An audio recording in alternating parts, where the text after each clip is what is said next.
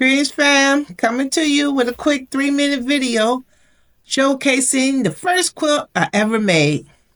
I bought a pattern. It was quite intricate, but I got through it. And I started with fat quarters, got them all ironed up, ready to go to be assigned to the ABCD of the pattern. I also cut from yardage.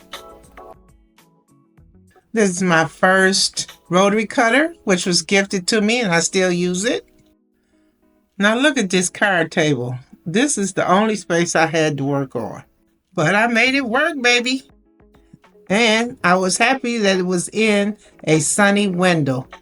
After cutting all the shapes, I got to piecing. Ooh, so pretty. My first block and easiest block. Here's another one. Not so easy.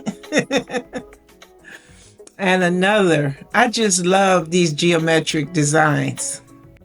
Now this one wasn't easy. I couldn't cut the fabric until I was sure how the color combination was going to work. So I did it this way. I put some white, and then I changed it again. I put some light green. But eventually I wound up using the dark, which was the first color I had chosen, and it came out nice. These are all 9 of the blocks laid out. And one of the blocks had 4, so here's the 3 extra.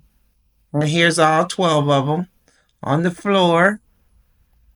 I had some extra triangles left over, so I made these. And then I was trying to decide where I would put them. And so I have them on the floor. I decided they would go best on the back of the quilt. So I appliqued them on, and they look nice. Then I had some little tiny ones I put in the front on the sashing. Then I added a border so that the top would fit the back. And then I brought around the back to the front to make the binding. It wasn't easy in this little tight space.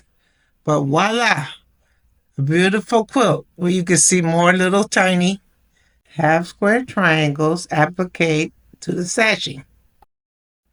And voila, all folded and ready to go to its owner.